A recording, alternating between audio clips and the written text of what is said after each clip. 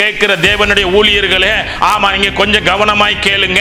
இன்னும் சபையை பாழாக்குவதற்காக இந்த பாடகர்களை என்கரேஜ் பண்ணுவீங்க அப்படின்னு சொல்லி ஏற்கனவே ஆண்டவர் தீர்க்க தரிசனமாக ஆண்டவர் என்ன செய்தாங்க, இவங்கெல்லாம் கேட்க மாட்டாங்க, இந்த எச்சரிப்பின் சத்தத்தை கேட்டு இவர்கள் மனம் திரும்ப மாட்டாங்க, இன்னும் பாடகரை தான் என்கரேஜ் பண்ணிக்கொண்டு இருப்பாங்க, சத்திய வசனத்தை புறக்கணித்து கொண்டுதான் இருப்பாங்க, இவங்க எல்லாம் எழுப்புதல இவங்க கொண்டு வர போறதல்ல, எழுப்புதலுக்கு தடையை இவர்கள் தான் அப்படிங்கிறத தேவன் எப்படி காண்பித்தாங்க அப்படின்னா, ஒரு தேவனுடைய மனுஷனை நிறுத்தி ஆண்டவர் சொன்னாங்க, ஆதாம் ஆதாம் ஆதாம் ஆதாம் யாரு? அப்படியே வசனத்திற்கு கீழ்ப்படியாமல் போனவன்.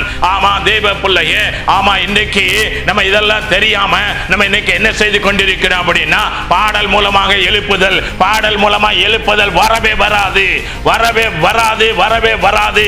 பாடல் மூலமாய் சபை பாழாக்கப்பட்டு கொண்டிருக்கிறது அப்படிங்கிறத தான் பரலோகம் பல பகுதியில் பல பாடகர்களை, இளம் பாடகர்கள், வயதான பாடகர்கள் கேட்கிறீர்களா, கேட்கிறீர்களா? ஆமா தேவ பிள்ளையே, இப்படிப்பட்டவர்களை இந்த கடந்த 25ஆம் ஆண்டு அக்டோபர் வரைக்கும் இவர்களாலே சபை பாழாக்கப்படுகிறது அப்படிங்கிறத தேவன் தீர்க்க தரிசனமாக ஒரு முறை அல்ல பல முறை இவர்களாலே தான் இவர்களை என்கரேஜ் பண்ணுகிற பிளஸிங் சென்டர், வொர்ஷிப் சென்டர், இன்னும் என்னது வேற என்ன சென்டர்லாம் வச்சிருக்கிறீங்க? ஆமா இப்படிப்பட்ட பல சென்டரை வைத்து ஆமா நம்ம என்ன செய்கிறோம், இன்னைக்கு சபையை பாழாக்கி கொண்டு நம்ம அதுல வேற எதை பேசுறோம் அப்படின்னா எழுப்புதல் அப்படிங்கிறோம்.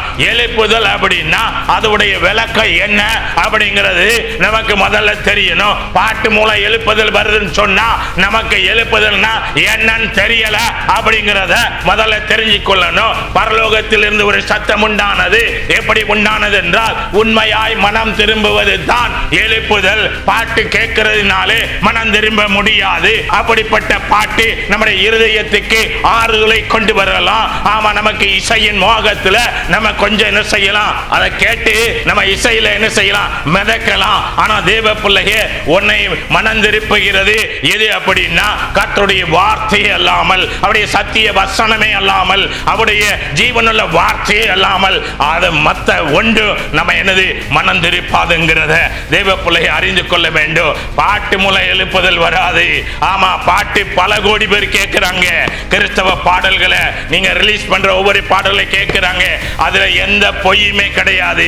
திரளான பேர் கேட்பாங்க, உண்மைதான். ஆனா அதனால யாரு மாறலங்கிறத நல்லா தெரிஞ்சுக்கணும், யாரு ரட்சிக்கப்படலைங்கிறத நல்லா தெரிஞ்சுக்கொள்ளணும்.